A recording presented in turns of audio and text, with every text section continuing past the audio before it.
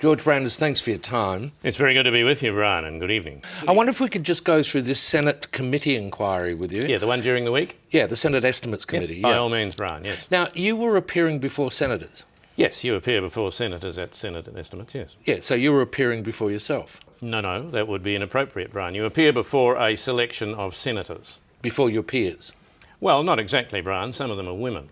Who was chairing the meeting? The excellent Senator Ian McDonald was chairing. Is Senator McDonald not a male Liberal lawyer from Queensland? He is a male Liberal lawyer from Queensland. Well, so are you. Brian, the fact that we are both male Liberal lawyers from Queensland, Brian, which I readily concede, does not mean that we are of the same mind on the matters. Well, are you of the same mind on these matters? As it happens, we are, Brian, but that is not a confluence occasioned by our both being members of the Liberal Party, both being members of the government, and both being male lawyers of a certain age from Queensland. So these are just coincidences? Res ipsa loquitur, Brian. Now, a lot of the discussion related to Professor Gillian Triggs. It did, and let me repeat something I said to Senate Estimates, Brian. You did say it Yes, already. but it is of the utmost importance, and it goes to the point you're trying to make. I have a very high regard for Professor Triggs, Brian, and have read a great deal of what she's written. I have a very extensive library. I know you do. I paid for it.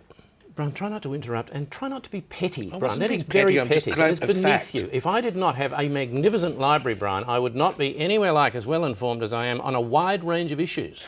Where was I? You were talking about metadata. Good Lord.